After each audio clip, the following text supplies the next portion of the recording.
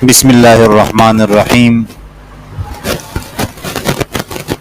ہم اس وقت معلومات کرتے ہیں جب ہم ڈوب جاتے ہیں۔ ڈوبنے سے پہلے ہم معلومات نہیں کرتے۔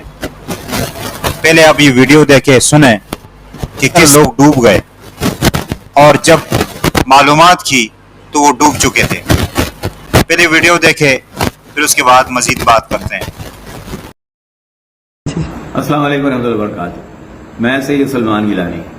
آج عمرہ مبارک کے بعد میں اپنے شہر لاہور آیا ہوں۔ پرسوں جب میں پرفارم کر رہا تھا عمرہ، طواف میں تھا، تو کچھ فون آ رہے تھے مجھے، لیکن میں نے اٹینڈ نہ کیے۔ وائس میسیجز آ رہے تھے، میں نے اٹینڈ نہ کیے۔ جب میں صحیح کر رہا تھا تو ایک میسیج بار بار آ رہا تھا، تو میں نے دیکھا اور میں نے سن لیا۔ تو اس میں تھا جی آپ جو پیسے مانگ رہے ہیں ہم اس کے لیے انتظار کر رہے ہیں، آپ بے فکر رہیں۔